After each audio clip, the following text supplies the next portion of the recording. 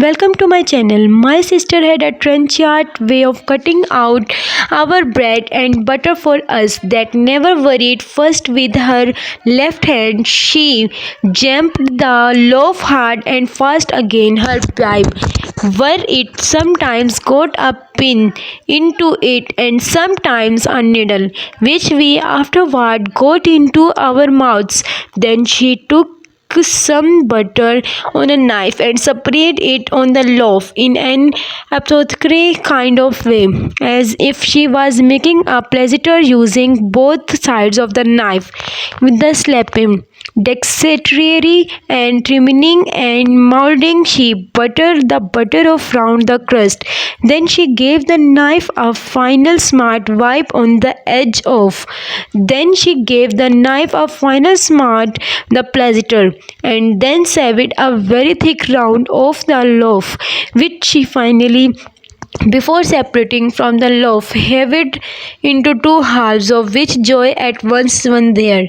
On the present occasion, thought I was hungry. I dared not eat my slice. I felt that I must have something in reserve for my dreadful acquaintances and his ally, the still more dreadful young man.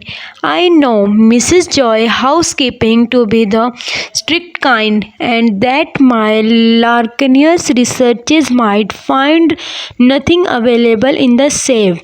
There I resolved to put my hunk of bread and butter down the leg of my trouser. The effort of resolution necessary to the achievement of this purpose I found to the quite powerful.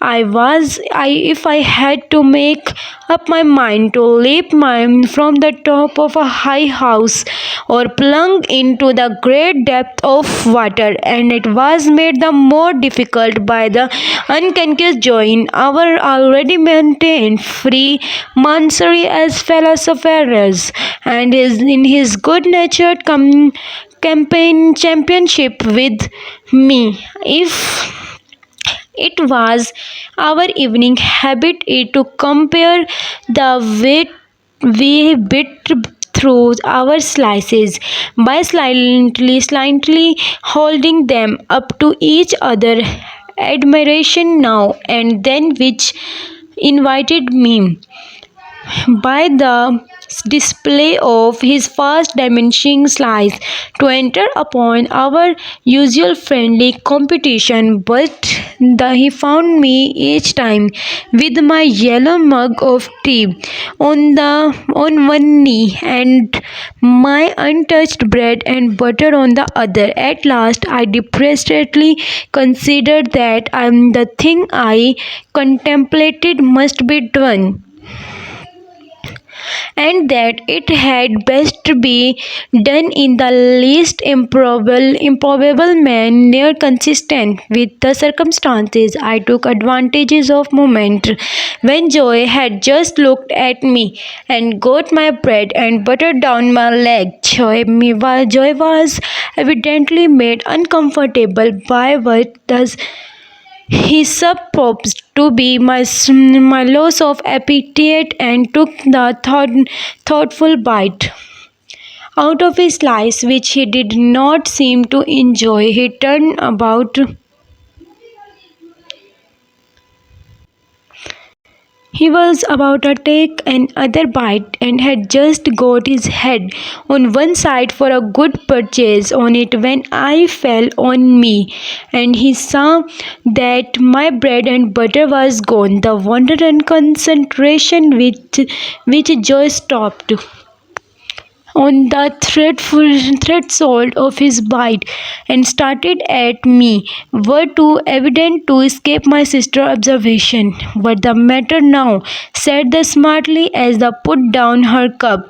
"I say, you know," muttered Joy, shaking his head at me in very serious remonstrance. "Pip, old chap, you all do yourself mischief. I'll stick somewhere. You cannot have shaved it, Pip."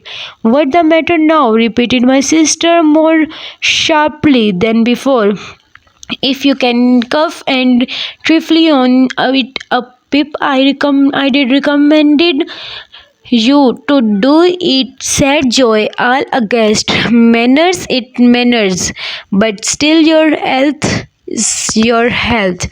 By this time, my sister was quite dispirited, so he pounced on Joy and taking him by two whiskers, knocked his set the corner, looking guiltily on. Now perhaps you all maintain what's the matter, said my sister, out of breath.